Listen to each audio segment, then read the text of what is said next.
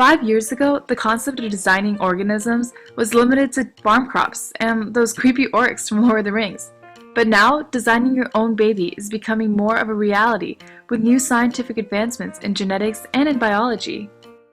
In a world full of designer bags and designer shoes, it's tempting to design your own baby. I mean, who wouldn't want their kid to have Ryan Gosling's face, Brad Pitt's body, and Einstein's brain? But looking past the aesthetics, by choosing specific genes, doctors can completely rid all potential genetic diseases from the baby's DNA. It's revolutionary. Forms of genetic screening already exist.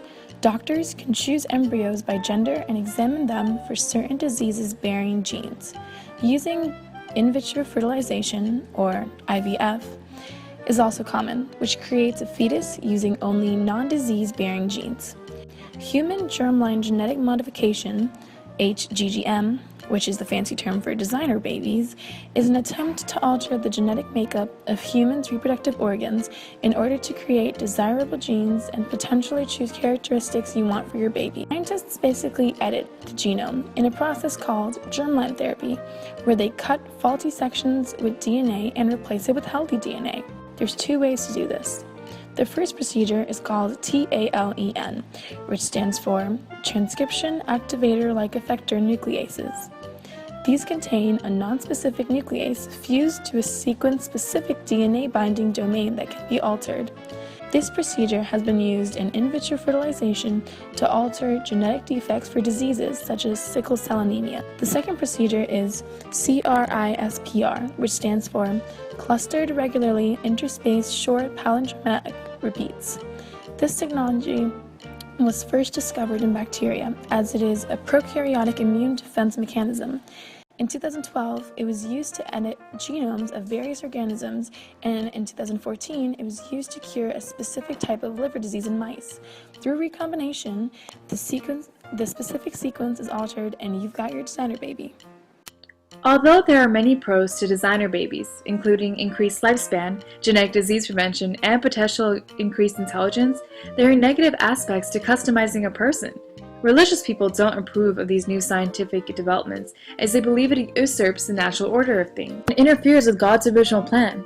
Another problem is the factor of social justice, as this technology will only be available to the elite. Eventually, there will be a social divide between who can afford designer babies and who can't.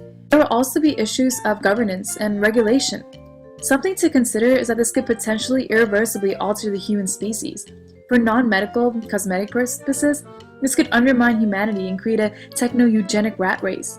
Many countries in response have made it illegal to have genetic screening or alteration. Well, what does this mean for the future? Since many countries and scientists condemn designer babies for moral and practical reasons, it seems pretty unlikely that it'll be available for the public. However, in the likelihood that it does happen, many of the cons behind it might become a reality. For instance, the science behind designer babies allows people to choose their baby's gender, which can tip the natural ratio between men and women in the world. This will be very apparent in countries like China and India, where boys are considered valuable and girls are considered a burden. They are likely to manipulate the child's gender, which will lead to a high population of males and very low populations of women, which in turn will disturb marriage and reproduction rates. Just because we can design our own babies doesn't mean we should. Let's leave that for H.G. Wells or Sauron and his oaks. Created using Powtoon.